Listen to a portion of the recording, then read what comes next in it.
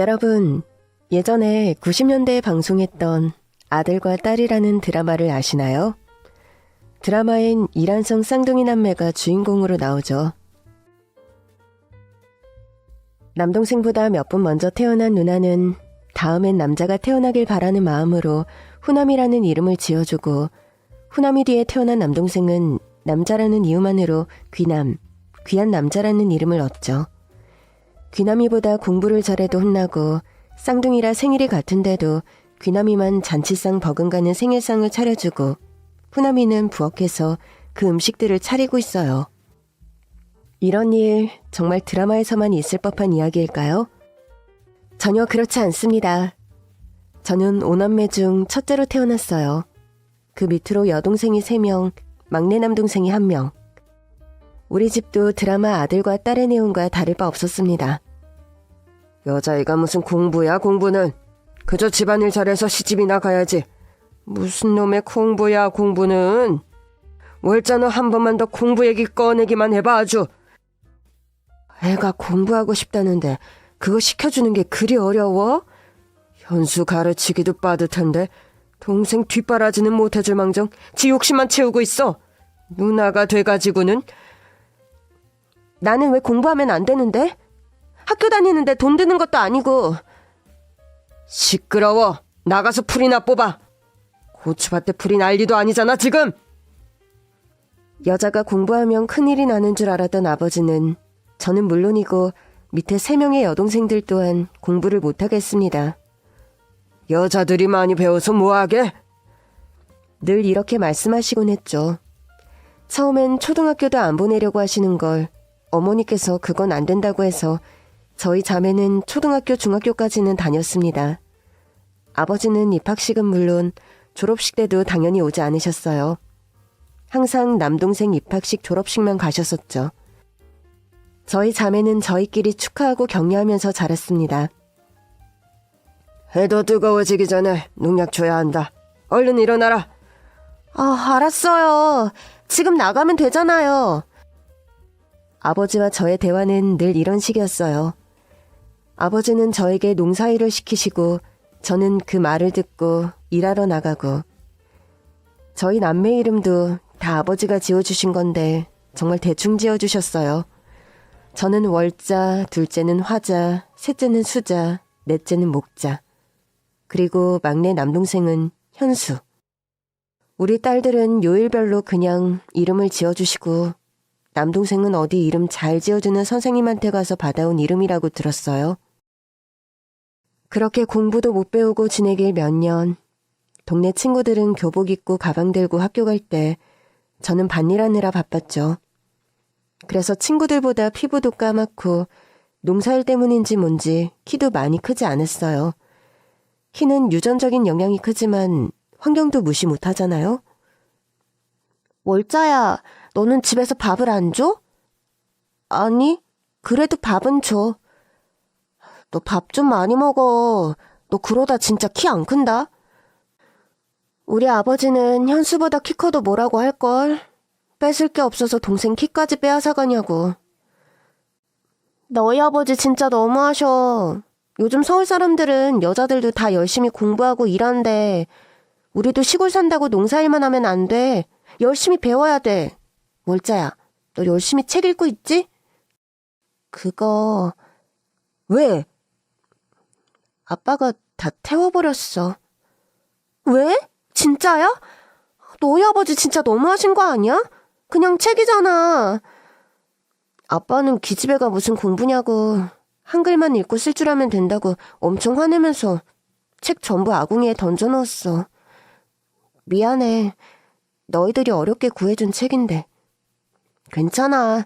책이야 또 구하면 되지. 그러지 말고 그냥 우리 집에 와서 책 읽어. 너희 아버지 책 보면 또 뭐라고 하실라. 우리도 배워야 해. 그래야 어디 가서 사기 안 당하고 야무지게 살 수 있어. 그렇게 친구들의 도움으로 아버지 몰래 친구의 집에 가서 책도 읽고 친구가 학교에서 배워온 거 귀동냥으로 들으며 공부도 했죠. 월자야, 엄마가 미안해. 뭐가요? 못난 부모 밑에서 태어나서 네가 고생이 많다. 그게 무슨 말이야, 엄마. 이건 엄마 잘못이 아니야. 아빠가 고지식하게 우릴 공부 안 시키는 게 문제지. 엄마는 미안해할 필요 없어요. 엄마가 돈이 많고 힘이 세면 아빠한테 뭐라고 하고 우리 딸들 다 학교 보내서 공부 가르쳐 줄 텐데. 엄마가 그럴 힘이 없어서 미안해. 그리고 이해해줘서 또 고마워. 공부엔 때가 없다고 했어요. 저 지금 아니라도 나중에라도 꼭 공부할 거예요. 그때 저 도와주세요. 가방도 사주고 연필도 사주고 공책도 사주고 책도 사줘요. 알았죠? 그래. 엄마가 학교 다닐 때 입을 수 있는 예쁜 옷이랑 신발도 사줄게. 알았어요. 그렇게 참고 참으며 아빠의 구박 속에서 농사일을 하던 어느 날 문제의 사건이 생겼습니다. 아빠, 지금 뭐라고 하셨어요? 귀가 먹었냐? 현수 앞으로 밭 해줄 거니까 그거 잘 관리해서 현수한테 물려주라고 했다. 아무리 그래도 이제 어린애한테 무슨 밭을 준다는 거예요. 월자야. 학교도 못 가게 하고 책도 못 읽게 하고 아버지가 이것저것 다 못하게 하고 농사만 시켜도 저 다 참고 했어요. 그런데 돌아오는 게 이런 거예요? 제가 친구들 학교 갈 때 땡볕에서 풀 뽑고 물 주고 농약 주고 그렇게 애지중지 가꾼 밭을 홀랑 아들 주시겠다는 거예요? 그래. 주면 안 되냐? 너는 그 밥 필요 없잖아. 어디 남자 만나서 결혼하면 그 집 식구 될 건데 딸들한테 뭐 다뤄줘? 더는 못 참아요. 이 집구석도 지긋지긋하고 아빠는 더 끔찍해요. 아들밖에 모르는 아빠는 평생 죽을 때까지 아들이랑만 사세요. 어차피 저는 있든 없든 필요도 없잖아요. 뭐가 어째? 당장 안 들어와! 저는 그 길로 짐을 챙겨 친구네 집으로 도망쳤습니다. 남동생만 싸고 도는 아버지도 싫었고 이런 꼴을 보고도 그냥 미안하다고만 하고 다른 방법을 찾아주지 않는 어머니도 싫었어요. 그리고 간신히 모아둔 돈으로 다음날 버스 터미널에서 바로 서울 가는 버스를 타고 상경했습니다. 그때가 제 나이 18살이었습니다. 걱정하지 말고 꼭 성공해서 만나자. 알았어. 내가 먼저 서울 가서 자리 잡고 있을게. 당시 버스터미널에서 내려서 처음 마주한 서울은 정말 별천지였어요. 사람들은 어찌나 세련되어 보이던지 저의 꾸질꾸질한 옷이 그렇게 부끄러울 수 없었어요. 주춤주춤하는 사이에 많은 사람이 저를 스쳐 지나갔고 혹시나 나쁜 사람이 저를 데리고 갈까 정신 바짝 차리고 제가 일할 수 있는 곳을 찾기 시작했습니다. 그렇게 여기저기 다니다가 정착한 곳이 지금의 구로 디지털 단지, 당시는 구로공단이라고 불렸던 곳이었습니다. 공장에 취직한 저는 농사일을 했을 때처럼 빠릿빠릿한 동작과 일처리로 어른들의 사랑을 받았죠. 기계 고장났다면서요? 김씨 왔어. 이리 와, 이쪽이야. 월자야, 커피 좀 진하게 2잔 타와라. 네. 저는 지금까지 그렇게 키가 큰 사람은 처음이었어요. 당시 180 정도 되는 키를 가진 사람은 흔치 않았거든요. 큰 키에 체격도 좋고 목소리까지 멋있어서 커피를 가져다 주면서 힐끔거렸던 기억이 나요. 아이고, 우리 월자 김씨한테 푹 빠졌네. 네? 김씨가 잘생기긴 했지? 김씨, 우리 막내야. 손이 아주 야무져서 일을 엄청 잘해. 시골에서 농사 짓다가 올라왔는데 한번 일을 가르쳐주면 아주 척척해내. 안녕하세요. 네, 안녕하세요. 저는 이만 일하러 가볼게요. 너무 부끄럽고 쑥스러워서 얼른 재빠르게 제자리로 돌아왔습니다. 그렇게 1년, 2년이 지나고 20살이 되고 공장에서 크고 작은 일들을 지켜보며 일찍 철이 들었습니다. 조금의 돈을 모았고 작고 볼품없지만 독립된 화장실이 있는 작은 방도 얻었죠. 정말 악착같이 일하고 버텼어요. 그동안 나쁜 사람도 많이 만났고 저에게 엄한 짓을 하려는 사람도 있었죠. 처음엔 무서웠지만 무섭다고만 생각하고 가만히 있으면 이런 사람들은 계속 제 주위를 맴돌며 저를 괴롭힐 것을 알았죠. 그래서 독해지고 강해졌어요. 월자야, 오늘도 고생 많았다. 오빠도 고생 많았어. 그리고 전 성인이 되고 얼마 지나지 않아 그 용적공 오빠에게 소위 들이댔죠. 오빠가 너무 좋다고요. 처음에는 오빠는 제 나이를 생각하라며 정신 차리라고 했지만 정말 포기하지 않았죠. 일 말고 이렇게 집중해서 무언가란 건 처음이었어요.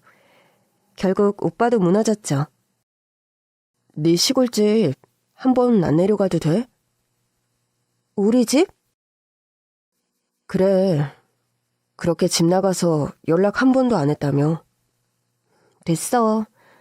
어차피 엄마랑 아빠는 남동생만 있으면 돼. 그럼 여동생들은? 너 이렇게 서울 오고 동생들 어떻게 지냈을지 안 궁금해? 여동생들은 궁금하지. 걔들도 나처럼 학교도 못 다니고 나처럼 농사일하고 있을 텐데. 또 모르지. 아버지가 갑자기 벼락 맞은 것처럼 동생들은 학교 보내줬을지도 몰라. 무소식이 희소식이잖아. 그래도 너 어디 사는지 죽었는지 살았는지는 알려드려야지. 그러지 말고 주말에 내려갔다 오자. 응? 나도 인사드리고. 그럴까? 그래 그럼. 나 이번 주말에 쉬니까 얼른 갔다 오자. 부모가 누군지도 모른 채 자란 남자친구는 제가 부모님과 이렇게 연을 끊듯이 서울을 왔다는 것에 많은 안타까움을 느꼈어요. 만나고 싶어도 누군지 몰라 만날 수 없는 자신의 처지를 얘기하며 저에게 항상 그렇게 살면 안 된다고 했죠. 나중에 정말 후회할 거라고. 부모님 더 나이 드시기 전에 시간 될 때 찾아뵙는 게 좋다고 저를 늘 설득했죠. 그 설득에 넘어간 저는 집을 떠난 지 4년 만에 시골집에 내려갔습니다. 엄마! 누구세요? 어머, 월자니? 월자야! 언니야? 언니가 왔어? 군 누나가 왔다고? 누나! 우리 가족은 서로 얼싸안고 우느라 인사도 제대로 못 나눴습니다. 아이고, 아유 월자야. 죽지 않고 살아있었구나. 우리는 네가 서울 가서 혹시 나쁜 일이라도 생겼을까봐 얼마나 걱정했는지 모른다. 숙희 언니가 언니 서울 갔다는 말만 해줘서 우리 진짜 걱정했다고. 그런데 언니 정말 성공했구나. 성공까진 아니고 그냥 서울에서 공장 다니고 있어. 그런데 저분은 누구셔? 혹시 형부? 아참, 오빠 이리 와. 엄마, 제가 좋아하는 사람이에요. 오빠, 여긴 우리 어머니, 그리고 동생들. 형님, 안녕하세요. 김준철이라고 합니다. 잘 부탁드립니다. 아유, 그러지 말고 얼른 들어와서 앉아요. 제가 떠나기 전보다 조금 세련되게 변한 집이었지만 그 분위기나 제가 좋아했던 냄새는 그대로였어요. 혹시 가족들을 만나면 눈물이 날까? 그럴 수도 있을까? 남자친구와 내려오며 그런 생각을 했는데 집을 떠나올 때 들었던 분하고 억울했던 감정들은 어느새 사라져 있고 그저 반가운 기분만이 남았습니다. 어서 와요. 여기가 워낙 시골이라 오는데 힘들진 않았어요? 괜찮았습니다. 동네가 참 정겹네요. 형부는 서울 사람이에요? 아니요, 저도 시골에서 자랐어요. 누구 왔냐? 다들 어디 갔어? 아빠? 월자냐? 월자야! 이것이 어디서 살다 이제야 나타났어? 응? 아빠 잘 지내셨어요? 4년 만에 뵌 아버지는 많이 늙으셨더라고요. 그 정정하시던 허리도 많이 굽으셨고 아버지라고 삶이 평온하지만은 않으셨겠죠. 그래도 딸이라는 이유로 아들과 차별했던 건 아마 저도 절대 잊지 못할 상처일 거예요. 그저 아물라고 연고 바르며 사는 거겠죠. 아버님, 안녕하십니까? 누구신가? 월자랑 결혼할 사람이래요. 인사하려고 내려왔어요. 이놈의 계집애 집 나가더니 기껏 결혼하려고 그런 거냐? 아빠가 여자는 많이 배울 거 없이 시집이나 가라며. 근데 왜 또 뭐라고 해? 이것이... 다들 그만해. 오랜만에 만나자마자 또 싸우는 거야? 그래, 부모님은 뭐 하시고? 두 분 모두 안 계십니다. 무슨 일 하는데 그래? 구로에서 용접공으로 일하고 있습니다. 그려, 직업 있으면 됐다. 월자 너도 남자만 일 시키지 말고 열심히 해. 아빠 갑자기 왜 그래? 언제는 여자는 그저 조용히 말도 하지 말고 그저 남자가 하자는 대로 하라면서. 서로 말은 이렇게 하면서 서로를 걱정하고 있다는 걸 저나 아버지나 잘 알고 있었어요. 사는 곳은 괜찮아? 방도 그렇게 좁지 않고 무엇보다 화장실이 집안에 있어서 편해. 아침마다 줄 안 서도 되거든. 다행이다. 다행이야. 잘 지내서 다행이야. 그저 이제 나올까 그제 나올까 기다렸는데 이렇게 건강하게 와줘서 정말 고마워. 엄마가 항상 미안해하는 거 알지?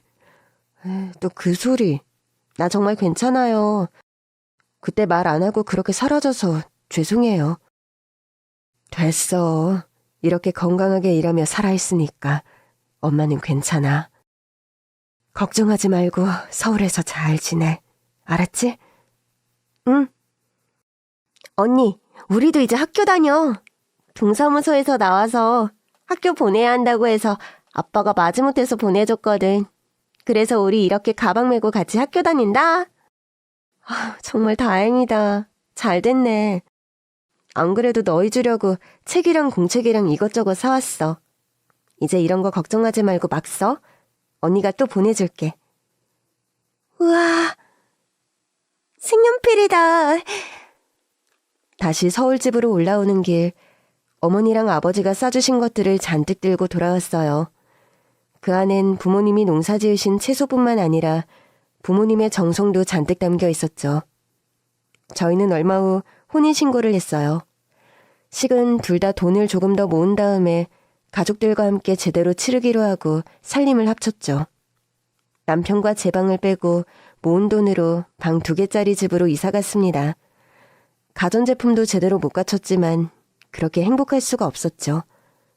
그런데 이 행복은 오래가지 못했습니다. 그렇게 거창한 행복을 바라는 것도 아닌데 그저 무탈하게 돈 벌며 살고 싶다는 게 바람이라면 바람이었는데 그것마저 허락하지 않았습니다. 오늘도 돈을 못 주겠대? 빌어먹을 사람들. 아니 왜 일을 시키고 돈을 안 주는 거야? 이제부턴 돈을 먼저 받고 일을 해야겠어. 그 시절엔 노동자를 제대로 지켜주는 법이 없었죠. 우리는 늘 사장 앞에서 약자였어요.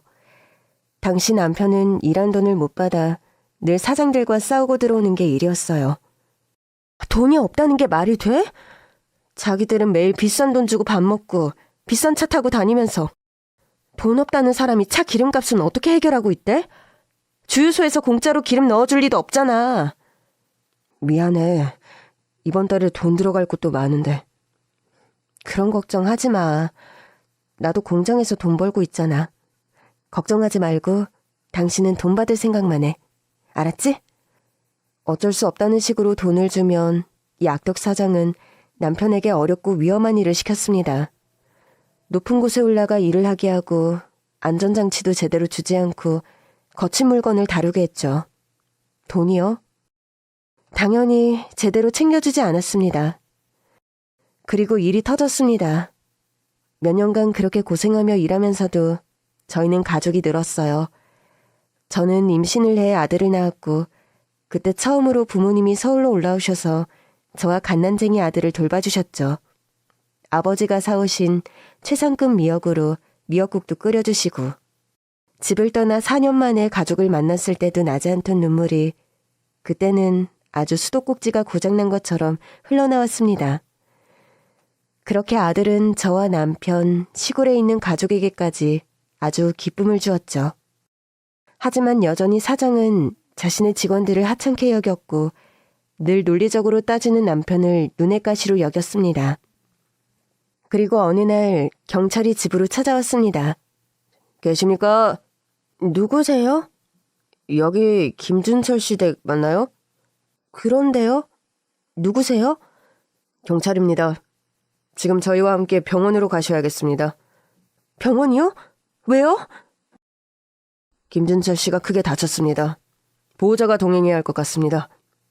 네? 남편이 다쳤다고요? 왜요? 어디를요? 어쩌다가 다친 거예요? 저는 어린 아들을 얻고 통장을 챙겨 경찰을 따라 나섰습니다. 합선이 생긴 모양입니다. 갑자기 번진 불에 김진철 씨가 피하질 못해 화상을 입은 듯합니다. 말도 안 돼요. 그 후로 경찰이 뭐라고 무슨 말을 했지만 제 귀엔 들어오지 않았습니다. 그저 남편이 무사하기를, 크게 다친 게 아니기를 바라며 병원으로 달려갔습니다. 여보 나야. 환자는 지금 안정을 취해야 합니다. 병원에서 만난 남편의 상태는 정말 끔찍했습니다.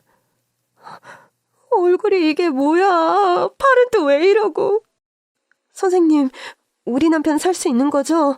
그렇죠? 지켜봐야 할 것 같습니다. 그렇게 무책임한 말이 어딨어요? 저희로서도 최선을 다했지만 정말 죄송합니다. 지금처럼 화상치료 전문병원이 있던 시절이 아니었기에 남편은 그저 고통에 겨운 치료를 받아가며 간신히 생을 연장하고 있었습니다. 정신을 차릴 수 없을 정도로 심한 고통에 몸부림치는 남편을 보며 옆에서 해줄 수 있는 게 아무것도 없어 늘 절망했었어요. 그리고 얼마 뒤 남편의 사고 현장에 있던 사장이 찾아왔습니다. 에휴, 재수없게. 왜 다치고 난리야? 지금 뭐라고 그러셨어요? 지금 우리 쪽 손해가 얼마나 큰 줄 알아? 그래도 내가 좋은 사람이니까 그냥 넘어가 주는 거야. 그런 줄 알라고. 월급도 제대로 안 주고 일 시켰으면서 그게 할 소리예요? 내가 뭘 잘못했는데? 돈이 있는데 안 준 것도 아니고 우리도 정말 힘들다고. 이 사이에 낀 고춧가루나 빼고 그딴 말을 해요. 얼마나 잘 먹고 다니길래 배는 이렇게 많이 나오고. 아주 얼굴에 기름이 좔좔 흐르는데 그런 거짓말을 내가 믿을 것 같아요? 뭐? 다 필요 없고 밀린 월급이랑 치료비 내놔요. 당장! 당신이 이런 짓 저지르고도 마음 편하게 누워서 잠잘 수 있을 것 같아? 우리 남편 잘못되면 다 당신 책임이니까 그렇게 알고 있어. 어디 뻔뻔하게 그런 낯짝을 들고 여길 찾아와. 그리고 당신 밑에서 일하다 이렇게 다쳤으면 뭐라도 사들고 와야지. 돈을 못 주면 제대로 위로라도 해야지. 당신 진짜 미쳤어? 하긴 제정신이 아니니까 이런 일이 생기고도 이렇게 뻔뻔하게 찾아오지. 우리 남편 잘못되면 진짜 가만 안 둘 줄 알아. 이 여자가 미쳤나, 이씨. 얘는 혼자 일하다 이렇게 다친 거야. 나 때문에 다친 게 아니고. 그리고 공장에 불나서 우리 피해가 얼만 줄 알아? 어? 그러게 미리미리 안전점검을 제대로 했었어야죠. 그런 것도 안 해놓고 지금 누구 탓을 하는 거야? 우리 남편한테 일부러 힘든 일 시킨 거 내가 모를 줄 알아? 그럼 직원이 사장이 시키는 일 하지 뭐래. 시키는 일 하기 싫으면 본인도 사장하라 그래. 사장할 주제도 안 되는 게 어디서 진짜. 아무튼 피해 보상하라고 안 하는 것만으로도 고맙게 생각하라고. 더러워서 진짜. 그리고 뭐? 일부러 월급을 안 줘? 그게 그렇게 억울하고 분하면 어디 법대로 해보던가. 법이 누구 편을 들어주는지 한번 보자고. 내가 무서워할 것 같아? 난 잘못한 거 없어. 별 미친 사람을 다 보겠네. 어디가! 사모님, 진정하세요. 환자 옆에서 이렇게 소란스럽게 구시면 안 됩니다. 사장은 본인은 잘못한 거 하나 없다며 그렇게 가버렸습니다. 대체 왜 찾아왔는지도 모르겠어요. 와서 괜찮냐고 물어보지도 않았고 어떤 이유로 사고가 난 건지 제대로 설명도 없이 그냥 전부 남편 탓만 하고 갔어요. 그리고 그 시절엔 산업안전이나 산업재해 처리가 제대로 이루어지지도 않았잖아요. 저는 너무 억울하고 분했어요. 하지만 안타깝게도 우리 편은 아무도 없었어요. 저랑 같이 일했던 공장 사람들도 위로는 해줬지만 힘도 없는 우리가 어떻게 할 일이 아니라고만 했죠. 김서방은 좀 괜찮니? 아니 엄마, 지금 밥은커녕 물도 마시기 힘들어해. 내가 올라가서 준우라도 봐줄까? 괜찮아요 엄마. 엄마도 일할 거 많고 힘든데 언제 여기까지 올라와요. 저 괜찮아요. 네 통장으로 돈 조금 붙였어. 병원비에 보태서 써. 알았지? 엄마, 나 정말 괜찮다니까요. 괜찮긴 뭐가 괜찮아. 나도 잘 모르지만 병원비 엄청 많이 나올 텐데 나한테 잔소리할 생각 말고 써. 아니면 준우한테 쓰고. 너라도 밥 잘 챙겨 먹어야 해. 보호자가 건강해야 환자도 금방 좋아져. 힘들면 얘기하고. 알았지? 끊는다. 부모님께는 정말 걱정 끼쳐드리기 싫었는데 사실 남편을 간병하느라고 공장도 계속 못 나가고 모아둔 돈은 점점 바닥을 보이고 치료비는 비싸고 누군가에게 아이를 맡기고 다시 일을 다녀야 할 판이었어요. 그래도 남편 앞에선 절대 힘든 티를 내지 않았어요. 아프면 더 예민해지잖아요. 분명 저의 분위기를 읽었을 거예요, 남편은. 그렇게 한 달, 두 달 힘든 치료를 버티던 남편은 결국 세상을 떠났습니다. 여보, 이렇게 가면 안 돼. 눈 좀 떠봐. 내가 더 열심히 벌어서 당신 치료받게 해줄게. 여보, 이렇게 가면 안 돼. 저는 이 현실을 믿을 수 없었어요. 아직 말도 제대로 못하는 아들과 저를 두고 남편은 매정하게 떠났습니다. 세상이 원망스러웠어요. 우리 준우 커가는 거 같이 보기로 했잖아. 얼마나 더 모아서 이사 갈지, 또 결혼식은 언제 올리고 신혼여행은 어디로 갈지 그런 얘기 했었잖아. 그런데 얘기만 하고 이렇게 혼자 떠나버리면 나는 어떻게 해, 응? 여보, 나 혼자 어떻게 살아? 여보, 말 좀 해봐. 저는 너무 절망적이었어요. 제대로 된 대화도 못하고 남편은 허망하게 떠났습니다. 사고가 생겼던 날 아침, 여보, 나 오늘 빨리 나가봐야 해. 밥은 이따가 저녁에 와서 먹을게. 알았지? 다녀올게. 조심히 다녀와. 오늘은 일찍 들어올 거지? 응. 그리고 오늘 돈 다 받아올게. 알았어. 이게 마지막 대화였습니다. 저는 그날 아침에 남편에게 아침밥도 챙겨주지 못했는데 병원에서도 제대로 된 식사도 못한 채 이렇게 가버렸습니다. 대체 저는 이 상황을 어떻게 이해해야 할까요? 산 사람은 살아야지. 정신 차리고 밥 먹어. 아들도 챙겨야 할 거 아니야. 이제 준우 챙길 사람 세상에 너밖에 없는데 엄마가 돼서 그렇게 정신 놓고 있을래? 한 숟갈이라도 먹어, 응? 어서! 그래, 아직 장례 치르려면 이틀이나 더 있어야 하는데 그러다 너까지 쓰러지면 진짜 큰일 난다, 월자야. 힘들어도 남편 잘 보내줘야지. 눈 감을 때 얼마나 괴로웠겠어. 너랑 준우만 세상에 두고 가는데 발길이 떨어졌겠냐고. 좋은 곳에 보내줘야지. 그러니까 이거 한술 뜨고 오시는 분들 맞이하자. 응? 옳지. 무슨 정신으로 장례를 치렀는지 모르겠어요. 사장은 장례식장에 와서 인사는 제대로 안 하고 돈 몇십만 원 넣어서 던져놓고 갔더군요. 정말 이 인간을 어찌 처리해야 남편의 속도 제 마음도 편할까 한참을 생각했습니다. 뭐? 법대로 하라고? 법이 그렇게 우습나? 하라고 하면 내가 못할 줄 알고. 하지만 아시다시피 세상은 그렇게 만만치 않았습니다. 높은 병원비와 치료비, 그리고 장례까지 치르고 나니 시중에 돈이 하나도 없더군요. 전문객으로 오신 분들께서 주신 조의금은 장례 비용으로 쓰고 병원 입원비와 치료비는 그동안 이사와 결혼을 위해 모아둔 돈으로 어떻게 해결은 했지만 당장 먹고 살 길이 막막했습니다. 남편이 있을 땐 돌아가면서 아들을 보며 일을 다녔는데 이젠 준우부터가 문제였어요. 이 아이를 그 먼지 많은 공장에 데려갈 수도 없고 데려간다 해도 공장 사람들이 좋아하지 않을 게 뻔했고 결국 어머니가 시골로 내려가지 않고 준우를 돌봐주셨습니다.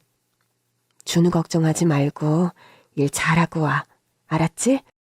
엄마, 준우 천기저귀 쓰지 말고 이 일회용 기저귀 써요. 응? 엄마 빨래하는 거 힘들어서 안 돼. 그런 걱정하지 말고 일이나 잘하고 와. 그렇게 늦은 밤 집으로 돌아오면 엄마는 아들과 함께 잠들어 계셨어요. 사는 게 이게 맞나 싶더라고요. 그래서 저는 집에서 할 수 있는 일은 없나 알아보게 됐고 어머니는 다시 시골로 내려가셨습니다. 정말 엄마랑 시골 안 갈 거니? 거기서 편하게 살아. 옛날 시골 아닌 거 너도 알잖아. 준우도 자연에서 크면서 거기서 학교 다녀도 충분히 공부할 수 있어 이제. 안 돼요 엄마. 준우만큼은 서울에서 키우고 싶어요. 저 혼자 할 수 있어요. 너무 걱정하지 마세요. 공장에서 일하는 것보다 집에서 부업으로 하는 일은 일단 월급에서부터 많은 차이가 났어요. 집에서 준우를 보면서 할 수 있는 일이라 좋았지만 수입은 반토막이 났고 월세도 제대로 내지 못해 보증금도 깎이고 있던 날. 이젠 정말 남은 보증금도 없어 지금보다 더 작은 방으로 이사 가야 하나 아니면 어머니 말대로 시골로 내려가야 하나 고민하는데 누군가 찾아왔습니다. 계세요? 누구세요? 여기 김준철 씨 댁 맞아요? 문을 열어주는 순간 정말 기절하는 줄 알았습니다. 여보, 당신이야? 남편이 살아 돌아온 줄 알았습니다. 괜찮으세요? 대체 누구세요? 네? 누구신데 우리 남편이랑 똑같은 얼굴을 하고 있는 거예요? 네? 내가 귀신을 보는 건가? 제가 제대로 집을 찾아왔나 보네요. 저는 준철이 친구 수용이라고 합니다. 친구시라고요? 아, 네. 저 실례지만 들어가도 될까요? 들어오세요. 혹시 남편의 숨겨진 쌍둥이 형제는 아닌지 의심했지만 본인을 친구라고 소개한 사람은 잠든 준우를 보고 조심스럽게 거실에 자리 잡고 앉았습니다. 죄송해요. 집에 손님이 올 줄도 모르고 드릴 게 물밖에 없네요. 아니요, 괜찮습니다. 늦은 시간에 불쑥 찾아와서 정말 죄송해요. 아이는 잠들었네요? 네, 아직 어려서 일찍 자요. 사실 내일 날 밝을 때 찾아오려고 했는데 혹시 일 나가시면 엇갈릴까봐 실례를 무릅쓰고 이 시간에 찾아왔습니다. 괜찮아요. 잘 오셨어요. 그런데 정말 우리 남편 친구분 맞아요? 남편이 친구 얘기는 해준 적이 없어서요. 보육원에서 같이 자란 친구들은 전부 질 나쁜 애들밖에 없었다고 만나고 싶지 않다고 했었는데 수용 씨는 우리 남편을 보육원에서 만난 게 아닌가요? 보육원이요? 준철이가 본인 스스로 보육원에서 자랐다고 했어요? 네, 그런데요? 맙소사. 수용이는 보육원에서 자라지 않았어요. 네? 그럼요? 그때부터 남편 친구가 해준 이야기는 정말 상상을 초월했습니다. 준철이랑 저는 어렸을 때부터 동네 친구였어요. 형수님도 보셔서 알겠지만 저를 보고 준철이를 착각했잖아요. 어렸을 때도 저흰 키도 똑같고 얼굴도 비슷해서 많은 사람들이 저와 준철이를 착각하곤 했어요. 그 정도로 많이 닮았었죠. 사람들은 저희를 쌍둥이라고 불렀었어요. 겉모습은 닮았지만 자라온 환경은 완전히 달랐어요. 준철이 아버지는, 그러니까 형수님 시아버지는 당시 그 동네에 모르는 사람이 없을 정도로 땅 부자였어요. 대지주였죠. 우리 집은 준철이네서 빌려준 땅으로 농사지어서 먹고 사는 소장농이었고요. 소장농이요? 남편 아버님이 부자였다고요? 그럼요. 학교든 읍내든 어디를 가려면 반드시 준철이네 땅을 밟아야지만 나갈 수 있었어요. 그 정도로 어마어마한 부잣집 아들이었죠. 준철이는 못하는 게 없었어요. 공부면 공부, 운동이면 운동. 그리고 손재주가 좋아 경운기나 농기계가 고장나면 선뜻 가서 고쳐주기도 했죠. 그런데 신기하게도 준철이가 고치면 언제 고장났냐는 듯 기계들이 멀쩡하게 고쳐졌죠. 준철이 아버지는 그걸 못마땅하게 생각했어요. 왜요? 아버님은 공부해서 의사나 판사가 되길 원하셨거든요. 그런데 준철이는 이런 기계 쪽에 관심이 많았어요. 그래서 고등학교도 대학교도 모두 이쪽으로 가길 원했죠. 그때부터 아버지와 준철이 사이가 멀어지기 시작했어요. 저는 정말 처음 듣는 이야기라 혹시 이 사람은 사기꾼이고 다 꾸며낸 이야기가 아닐까 생각했습니다. 하지만 어차피 뺏길 것도 없고 사기를 친다고 해도 내줄 것도 없던 저는 일단 드러나보자 하는 심정으로 잠자코 이야기를 들었습니다. 남편이 대지주의 아들이라고? 이 무슨 요즘 유행하는 그런 소설 속 얘기도 아니고 너무 허무맹랑하잖아요. 그래도 일단 들었습니다.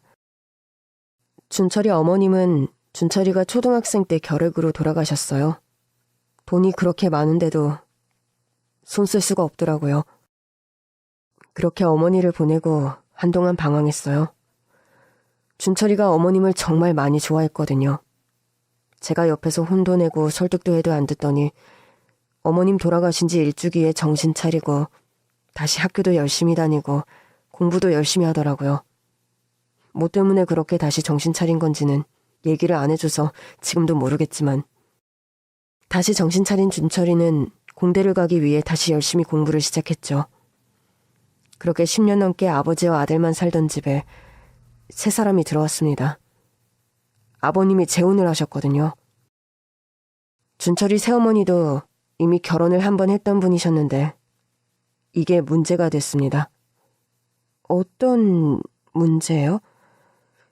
저는 마치 드라마를 보는 것처럼 이야기에 집중하기 시작했습니다. 새어머니도 준철이와 비슷한 나이의 아들이 있었는데 새어머니와 아들이 아버님의 재산이 전부 준철이한테 갈까봐 준철이를 내쫓은 겁니다. 네? 쫓아냈다고요? 네. 마치 준철이가 아버님 재산에 눈이 돌아 아버님 몰래 땅을 팔기 위해 알아보고 다닌다고 거짓 소문을 낸 거죠. 그 이야기를 들은 아버님은 불같이 화를 내셨고 준철이는 그 길로 집을 나와 서울로 올라갔습니다. 그런데 생각해보세요. 아무리 자식이라도 아버지 땅인데 자식이 팔겠다고 해서 그 땅을 사겠다는 사람이 어딨어요? 그런데 준철이 아버님은 그 얘기를 믿었어요. 준철이는 재혼한 아버님을 이해하지 못했고 아버님은 자신의 새로운 사람을 인정하지 않는 준철이가 미웠던 거죠. 그걸 알고 있던 새어머님이 두 사람 사이를 이간질해 결국 준철이는 떠났고 그 뒤로 한 번도 시골로 내려오지 않았어요. 전부 처음 듣는 얘기예요. 이거 다 진짜예요? 지금 막 꾸며내신 이야기가 아니라? 그럼요. 그래도 그런 준철이가 안타까웠던 아버님은 저를 통해 준철이에게 용돈을 보내셨는데 준철이는 그 돈을 한 번도 받지 않았어요. 나중에 또 이거 가지고 무슨 일을 꾸미려고 하냐며 거절해 전부 제 통장에 고스란히 쌓였죠. 그리고 준철이는 저에게 우리나라든 어디든 네가 원하는 곳에서 사업하고 살라며 그 돈을 전부 저에게 줬습니다. 제 통장에 있는 돈이니까 제 돈이라면서요. 당시 저는 준철이에게 사업 얘기를 많이 했었거든요. 육성예비는 말할 것도 없고 수장농인 저희 집을 살뜰히 살펴주셨던 아버님과 준철이 덕분에 지금까지 살 수 있었어요. 저는 염치 없지만 그 돈을 가지고 미국으로 향했고 한국인이 많이 몰려있는 곳에서 작은 가게를 시작했는데 그게 엄청나게 커졌어요. 슈퍼, 음식점, 서점까지 운영하고 있습니다. 이렇게 성공한 건 다 준철이 덕분이라고 이제 너도 편하게 살자고 찾아왔는데 준철이는 이제 세상에 없네요, 형수님. 믿기지가 않았습니다. 이게 말로만 듣던 출생의 비밀 그런 건가요? 남편의 친구인 수용 씨는 그날 밤 저에게 알 수 없었던 많은 이야기를 해줬습니다. 사실 저랑 진철이는 이웃집을 불태워버릴 뻔한 적도 있어요. 네? 당시 동네에 빈대가 정말 많았거든요. 빈대 잡으려다 초가삼간 다 태운다고 하잖아요. 저희가 딱 그 꼴이었어요. 짚을 쌓아놓은 걸 보고 여기에 지금 빈대뿐만 아니라 벌레도 엄청 많을 텐데 이거 태워서 다 죽일까? 그러자. 그리고 저와 준철이는 바로 실행에 옮겼죠. 처음엔 엄청 뿌듯했어요. 동네에 있는 벌레 다 죽는다고 좋아했죠. 그런데 어리고 철없었던 저와 준철이는 바람 생각을 못했죠. 강한 바람이 한순간에 불씨를 다른 곳으로 옮겼고 저희들은 소리 지르고 난리가 났었죠. 그때 진철이 아버님한테 정말 크게 혼났어요. 너희들이 지금 무슨 짓을 저지른지 아냐면서 눈물 쏙 빠지게 혼났죠. 그런데 그럴만했죠. 사람들까지 다칠 뻔했잖아요. 그렇게 점잖은 사람이 어렸을 때 그러고 다녔다는 게 믿기지 않아요. 그 자식 서울살이 하면서 철이 좀 들었나요? 엄청 과묵했어요. 필요한 말만 하고 말을 그렇게 많이 하는 사람이 아니었거든요. 저는 그냥 성격이 그런가 보다 하고 살았는데 수용 씨를 조금 더 일찍 만났다면 남편의 새로운 모습을 많이 봤을 것 같네요. 그쵸. 제가 조금 더 빨리 찾아왔어야 했는데 말이죠. 이렇게 허무하게 세상을 떠날 줄 알았으면 성공이고 뭐고 빨리 왔어야 하는데. 죄송해요, 형수님. 그런 말 마세요. 아마 지금 하늘에서 엄청 좋아하고 있을 거예요. 저도 이 집 찾느라 동네를 좀 돌아다녔는데 준철이한테 사고가 있었다고요? 네, 큰 사고였어요. 너무 허망하게 갔어요. 저는 남편하고 제대로 된 마지막 인사도 하지 못했어요. 그게 지금도 가슴에 사무쳐요. 제대로 된 인사도 못하고 보내줬어요. 보상은요? 준철이가 일했던 곳에서 보상은 제대로 해줬나요? 보상이요? 오히려 우리 남편 탓을 했어요. 부주의하게 일해서 공장에 불이 나서 피해가 얼만 줄 아냐. 그 피해 금액 달라는 소리 안 하는 걸 다행으로 알아라. 난리도 아니었어요. 그 사장은 남편한테 월급도 제대로 안 줬거든요. 그럼 지금까지 생활은 어떻게 하셨어요? 모아둔 돈으로 병원비며 치료비며 해결하고 결국 이 집 보증금까지 써서 안 그래도 내일 집을 빼줘야 해요. 아마 내일 오셨으면 또 엇갈려서 못 만났겠네요. 오늘 밤에 오길 잘하셨어요. 안 그랬으면 어쩌면 평생 이런 얘기 모르고 살았겠네요. 고마워요. 찾아와 주셔서. 저 형수님, 혹시 언어 배우는 거 좋아하세요? 언어요? 사실 사업하러 가면서 준철이가 준 돈을 쓴 거라 준철이 앞으로 지분이 있어요.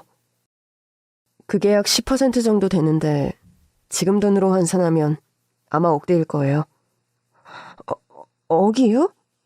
20, 100, 1000, 만, 10만, 100만, 1000만. 억이요? 정말요? 네. 그래서 사실 이번에 준철이 만나면 같이 미국 가서 사업하자고. 너 사업 싫으면 그때 배우고 싶었던 공부 실컷 하라고 말하려고 했는데 형수님 이렇게 어렵고 힘들게 사시는 거 보니 아이랑 같이 미국에서 사시면 어떨까 해서요. 한번 생각해보세요. 그리고 내일 어디로 이사 가세요? 저기 윗동네요. 돈이 없어서 언덕 아래서는 집을 구할 수 없더라고요. 힘들게 이사하지 마시고 이 돈으로 월세 내면서 일단 이 집에서 더 생활하세요. 아이랑 지내려면 그래도 이 집이 낫지 않으세요? 이 돈 부담 갖지 마시고 받으세요. 이거 다 준철이 돈이에요. 그렇게 돈을 던져주고 미국에 가는 게 어떨지 고민해보라고 하고 떠난 남편의 친구는 며칠 뒤 다시 집으로 찾아왔습니다. 아주 기분 좋은 소식과 함께요. 형수님, 수용 씨 왔어요? 준혜야, 삼촌 왔네? 형수님, 좋은 소식 있어요. 좋은 소식이요? 준철이 다녔던 공장 사장, 곧 법의 심판을 받게 될 거예요. 어머, 정말요? 법대로 해보라고 했다면서요. 그래서 오늘 변호사 데리고 만나고 왔어요. 이 돈도 주던데요. 제발 한 번만 봐달라고 하면서. 이렇게 바로 돈 줄 거면서 왜 그런 짓을 해선 일을 어렵게 만드는지 원. 그래도 법의 심판을 피할 수 없죠.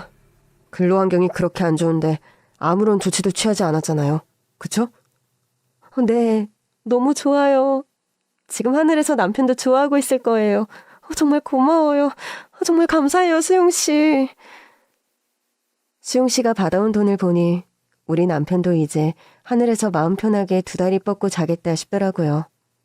남편, 기분 좋지? 나도 정말 좋아.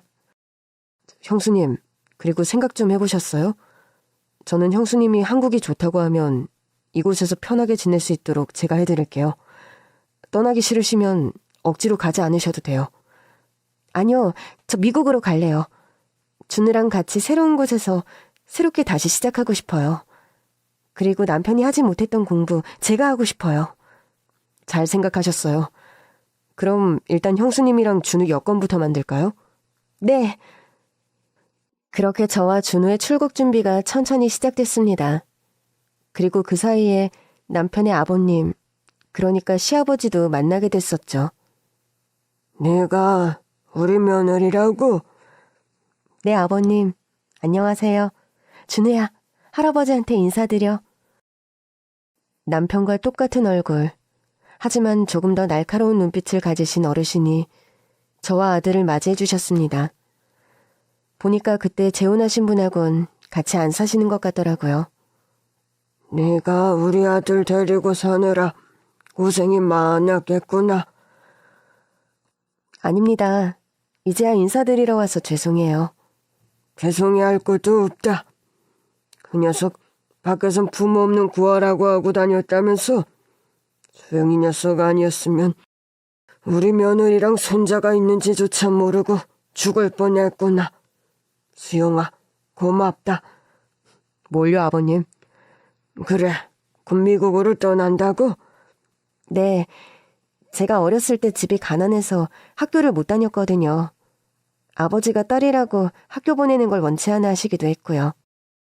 그래서 이번엔 제대로 배우고 싶어요. 아직 뭘 배울진 결정하지 못했지만 천천히 생각해 보려고요. 그리고 아이도 키워야 해서 바로 공부 시작하는 건 힘들 것 같기도 해요. 여기서 대학 다니는 건 별로고 아이는 내가 봐주마. 네? 나이 들어서 할 것도 없는데 손자 녀석이랑 함께 지내면 좋지. 네가 불편하면 어쩔 수 없고. 아니에요. 애가 이제 점점 힘이 세져서 힘드실까봐 그게 걱정돼서요. 괜찮다. 한번 생각해봐라. 한국에서 공부하고 미국 유학 가는 것도 나쁘지 않지. 한국 대학은 어떤지 경험해보는 건 어떠냐? 그래서요. 그래, 내가 아랍이다.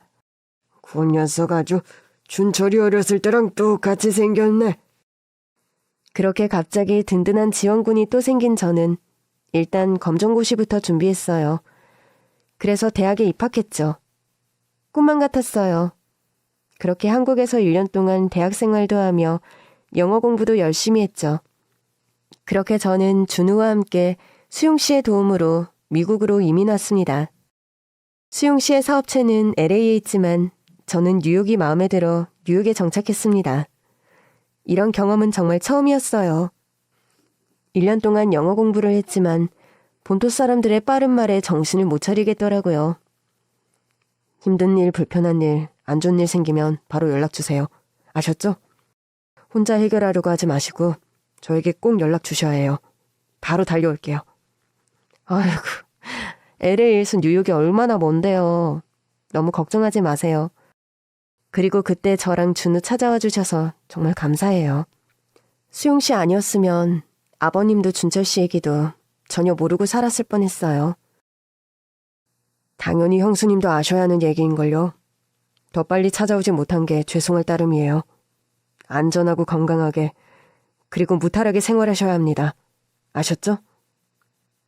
네. 준우야, 삼촌한테 인사하자. 옳지. 떠날 땐 김포공항에서 떠났는데 이젠 인천공항을 이용하네요. 세월 참 빠르게 흘렀어요. 그렇게 저는 미국에서 인권 관련 공부를 했고 준우는 아빠를 닮아 공대에 입학했습니다. 준우에게 한국어와 영어를 동시에 가르치는 건 쉽지 않았어요. 그래도 잘하는 모습을 보니 남편도 이 모습을 봤으면 얼마나 좋아했을까 싶더라고요.